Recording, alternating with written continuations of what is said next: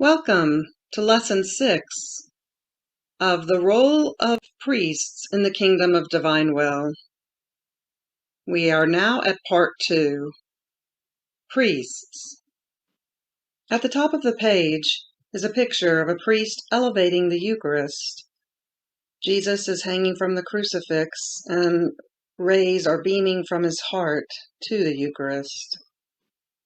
There are two subsections. The first is called The Call of Priests in the Holy Divine Will, and the second is called New Way for Priests to Conduct Themselves. There are a few introductory quotes from the Book of Heaven, Volume 10, January 28, 1911. Quote, I supplicate that they make these houses of reunion, saving for me the priests, who shall come into these shelters. And through these few good ones shall my church recover from her agony.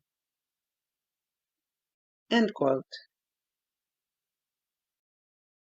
Also from Volume 10, January 17, 1911. Quote, The houses of the resurrection of the faith.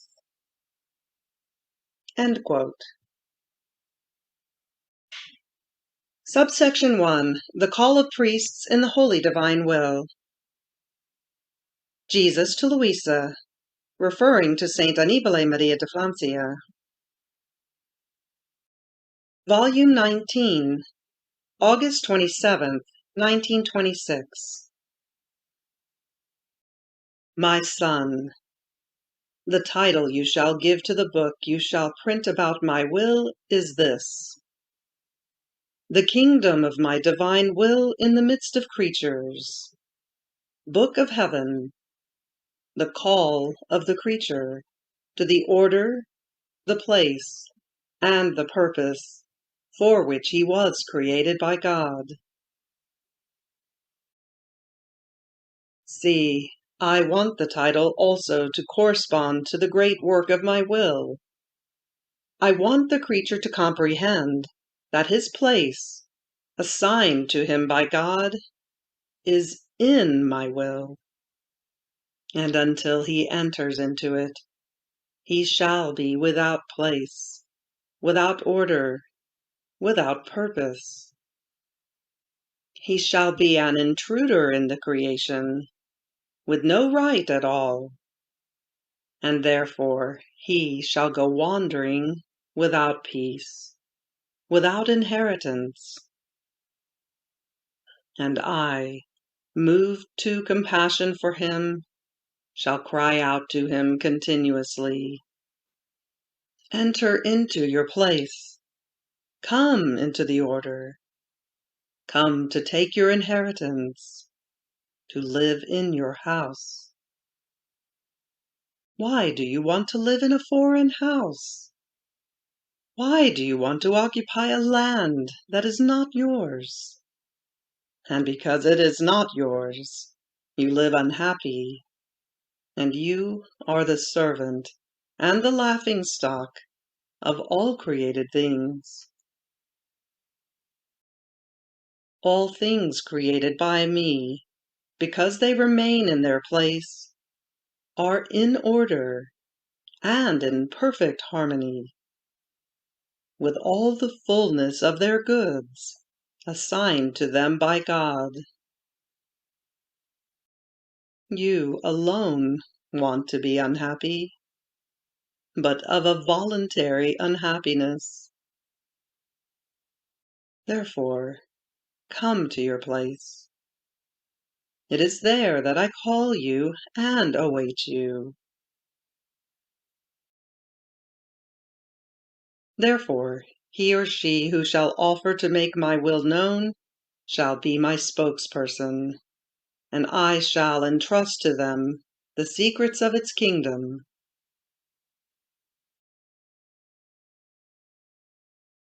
Volume 2, June 11th, 1899. See, I have brought you, Luisa, this globe of light, to place it between you and me, and among those who approach you. For those who approach you with an upright heart, and to do good to you, these little globes of light that come out will penetrate into their minds, will descend into their hearts, will fill them with joy and with celestial graces, and they will comprehend with clarity that which I operate in you. Those, then, who will come with other intentions will experience the opposite, and will remain dazzled and confused by these little globes of light.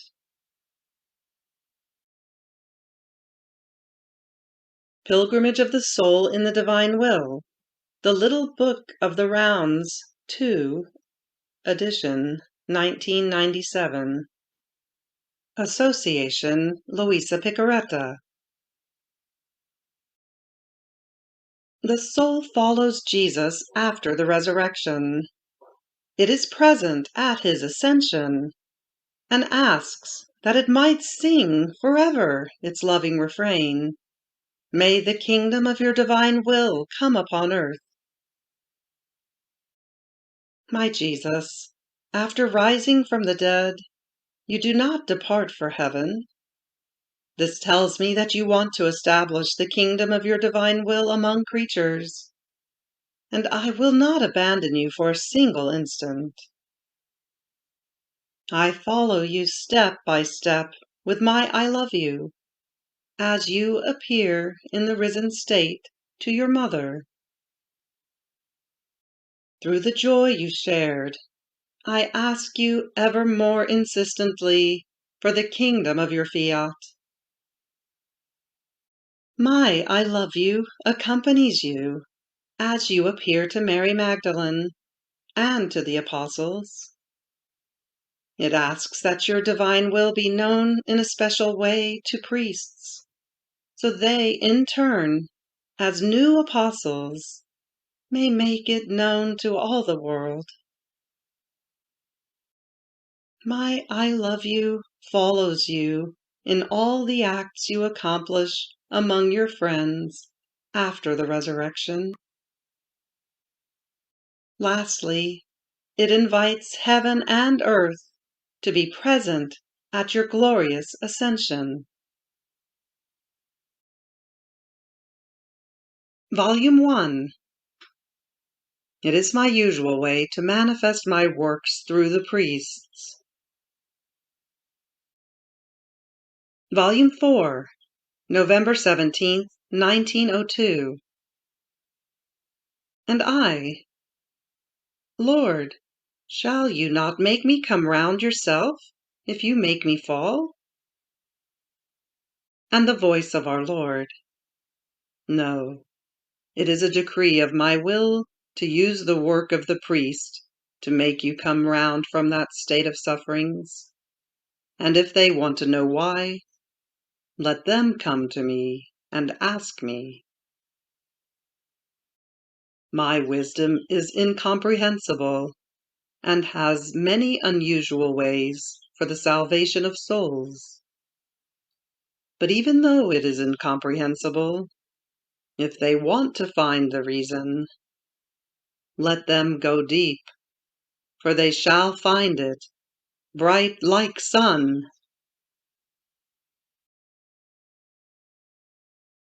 Volume 4, December 4th, 1902. He, Jesus, added,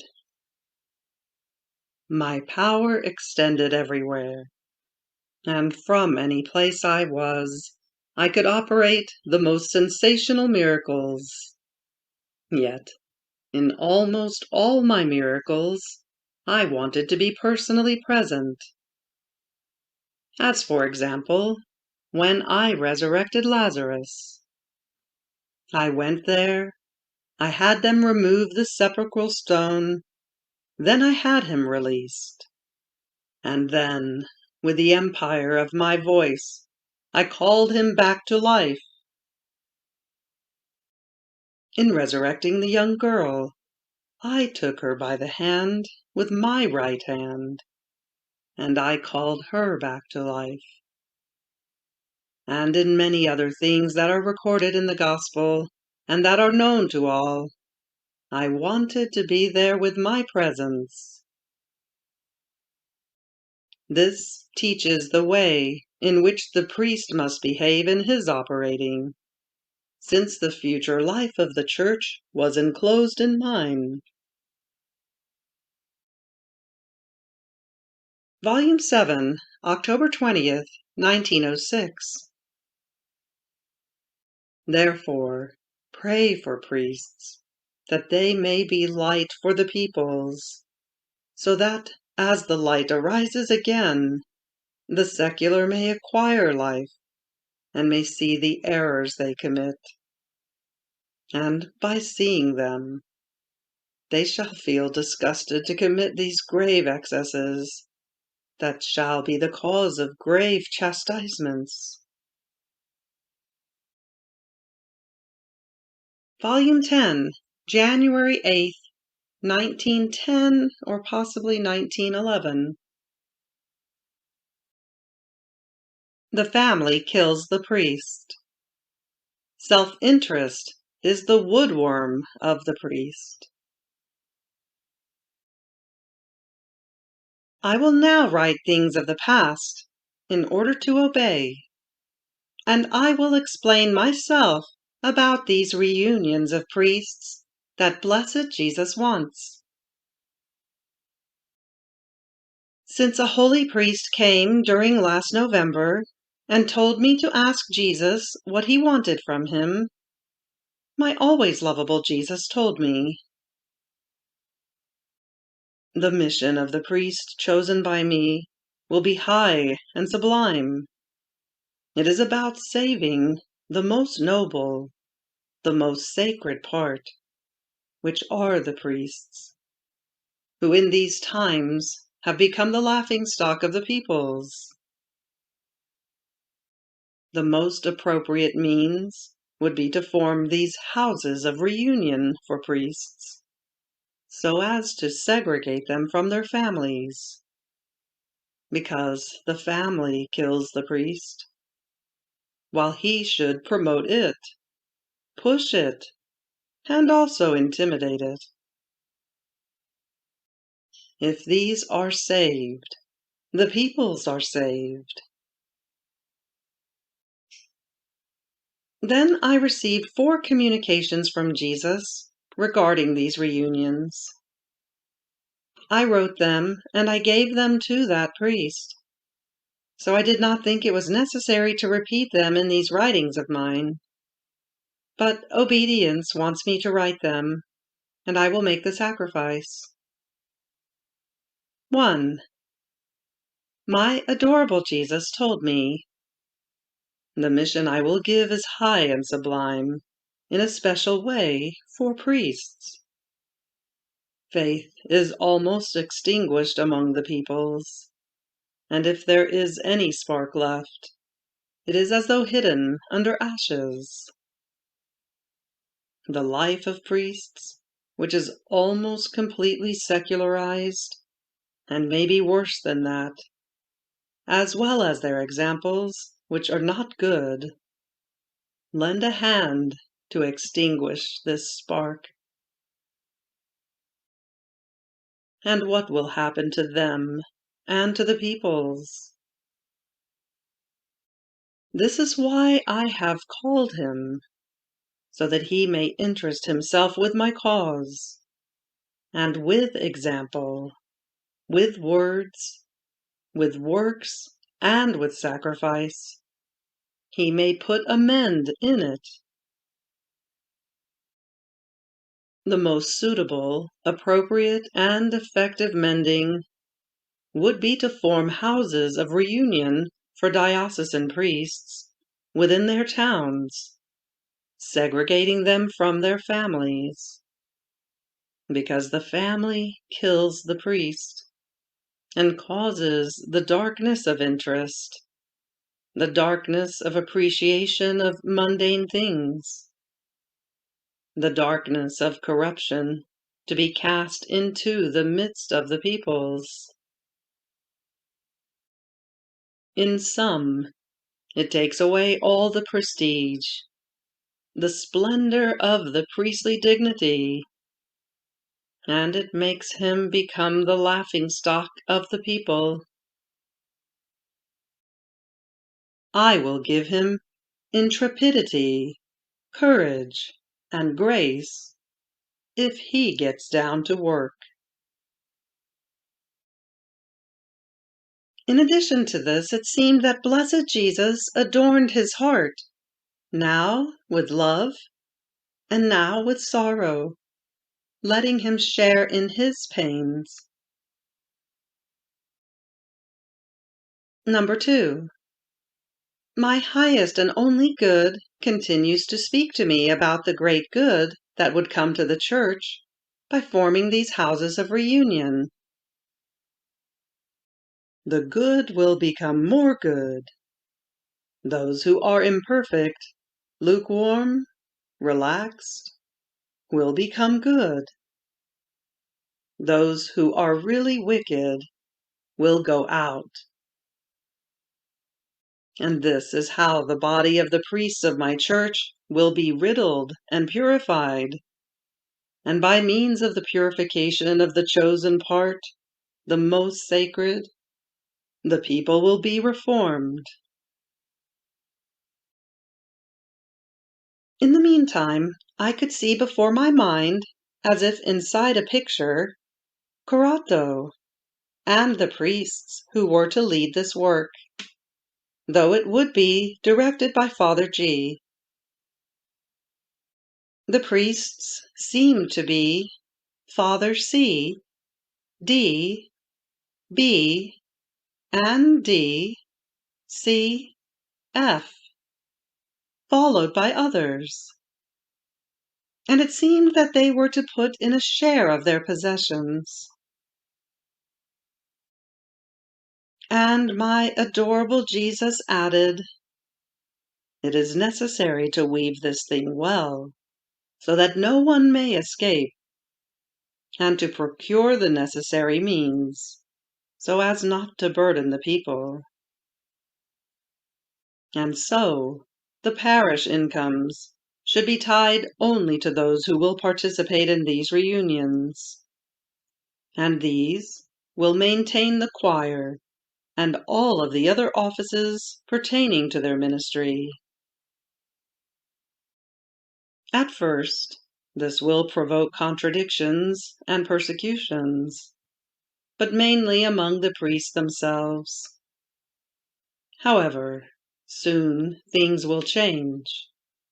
The people will be with them, generously providing for them, and they will enjoy the peace and the fruit of their toils, because for those who are with me, I allow that everyone be with them. Then my always lovable Jesus threw himself into my arms, all afflicted and supplicating, so much as to move to pity even the stones. And he said, "Tell Father G that I beg him, I supplicate him to help, to save my children, and not to let them perish."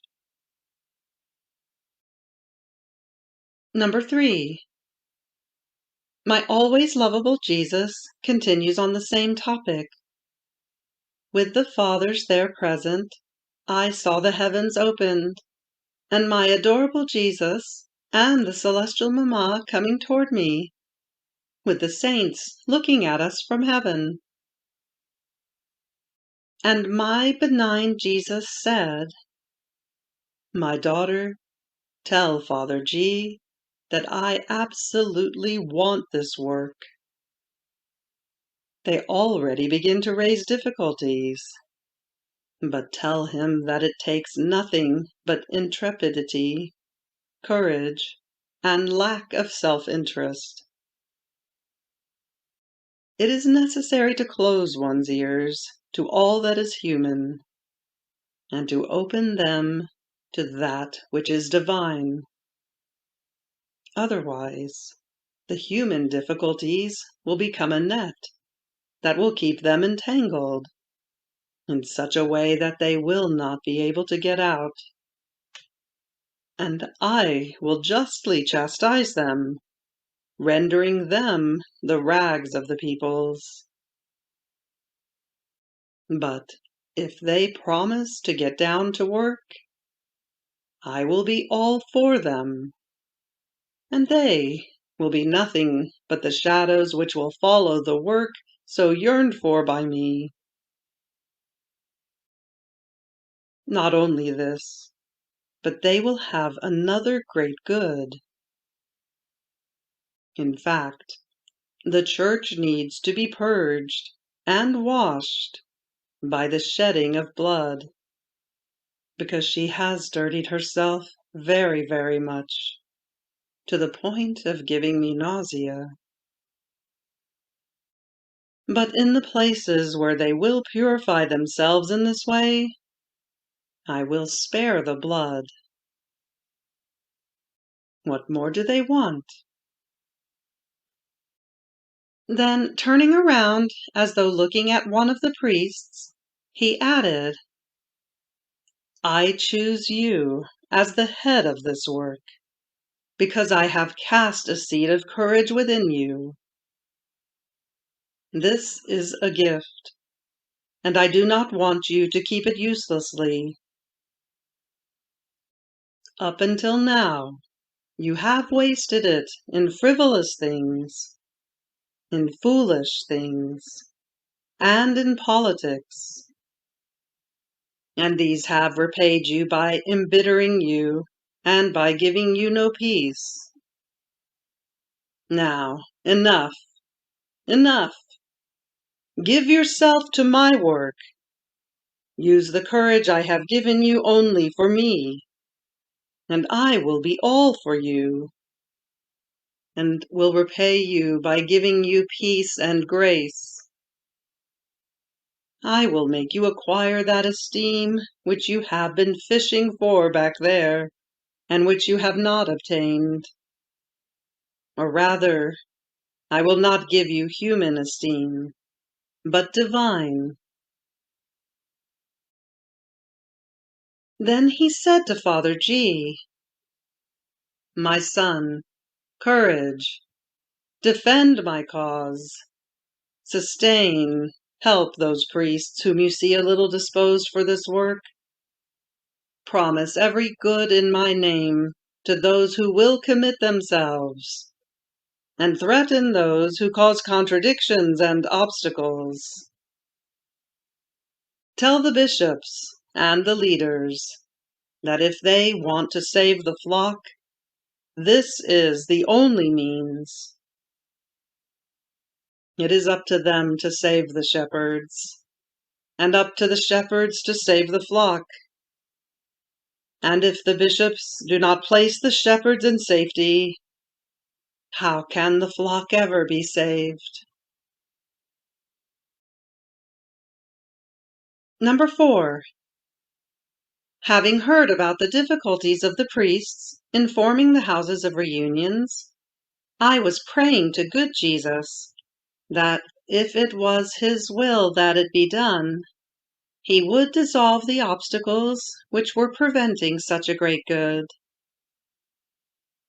And my adorable Jesus, in coming, told me, My daughter, all the obstacles come from the fact that each one looks at this thing according to his own conditions and dispositions, and naturally they encounter 1,000 laces and stumbling blocks which prevent their steps. But if they looked at this work according to my honor and glory, and only for the good of their souls and of the souls of others, all laces would be broken, and the obstacles would vanish. Yet, if they commit themselves, I will be with them, and I will protect them so much that if any priest will try to oppose and hinder my work, I am even disposed to take his life away." Then, all afflicted, my always lovable Jesus added, "Ah, my daughter, do you know what the most insurmountable stumbling block and the strongest lace is? It is mere self-interest.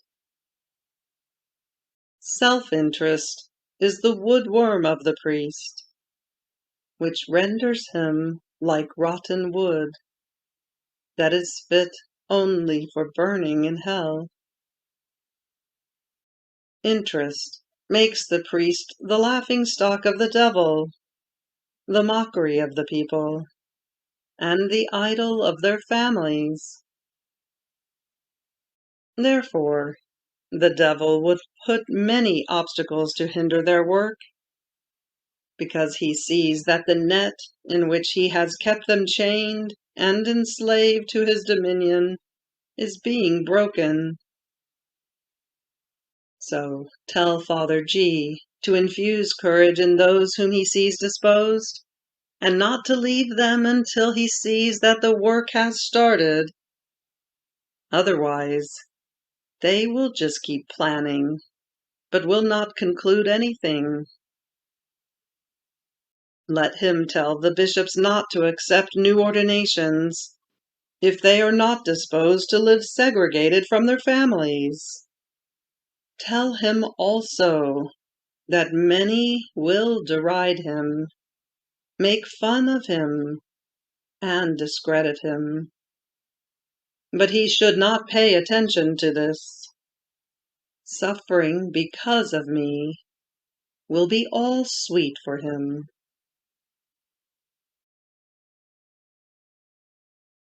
Volume 10, January 17, 1911. And I, my highest and only good, what shall be the name to be given to these houses, and what the rules?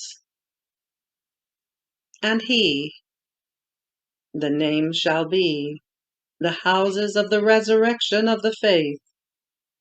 As for the rules, they can use the same rules as the oratory of St. Philip Neri. Volume 10, January 28, 1911. While he was saying this, I saw some priests, and Jesus continued, "My daughter, the church in these times is agonizing, but shall not die. On the contrary, she shall rise again more beautiful. The good priests strive for a life more stripped, more sacrificed, more pure. The bad priests strive for a life more interested, more comfortable, more sensual, all earthly.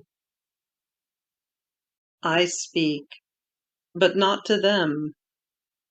I speak to the few good ones, be they even one per town. To these do I speak, and I command, I beg, I supplicate, that they make these houses of reunion, saving for me the priests who shall come into these shelters, by rendering them completely free from any bond of family. And through these few good ones shall my church recover from her agony. These are my support, my pillars, the continuation of the life of the church." Volume 10, March 26, 1911. As the Celestial Queen assured me, I felt new life being infused in me, and I added, "My most sweet mamma, what sad times we are in! Tell me, is it really true that Jesus wants the reunions of priests?" And she, "He surely does, because the waves are rising too high, and these reunions shall be the anchors, the lamps, the helm, with which the church shall be saved from shipwreck caused by the storm.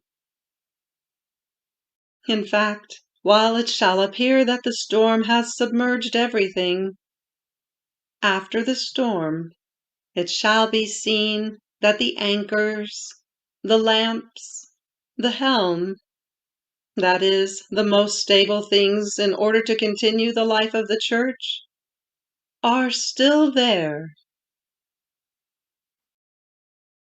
Here ends Lesson 6 of the role of the priests in the kingdom of divine will.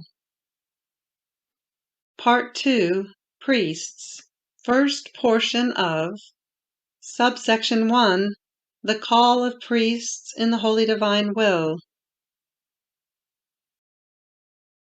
Fiat.